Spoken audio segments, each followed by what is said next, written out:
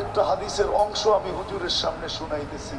আল্লাহ বলে, লাউ কাশাফতু সিররাকা, তোর গোপনীয়তা যদি আমি খুলে দিতাম, লা সাব্বাকা নাস, মানুষ তোকে সালামের জায়গায় জুতা মারতো, জুতা।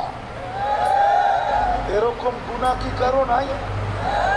ও যুবক, তোমাদের পায়ে হাত ধরা বলি, পায়ে হাত রেখা বলি, তোমরা সারাদিন নেটে যা দেখো, যদি আল্লাহ বাড়িওয়ালাদেরকে জানায় দিত, কার মা বাবা তোমাদেরকে ঘরে জাগা দিত? বলো বলো, বুকে হাত দিয়া বলো। তোমরা সারাদিন যা দেখো নেটের ভিতরে, আবার মাঝে মাঝে চুপে চুপে টেলিফোনের উপরে হাত লাগায় আবার চুমাও দাও, ঠিক না? কি সত্য না? যদি সমাজ জেনে ফেলতো, তাহলে কোন মেয়ের বাবা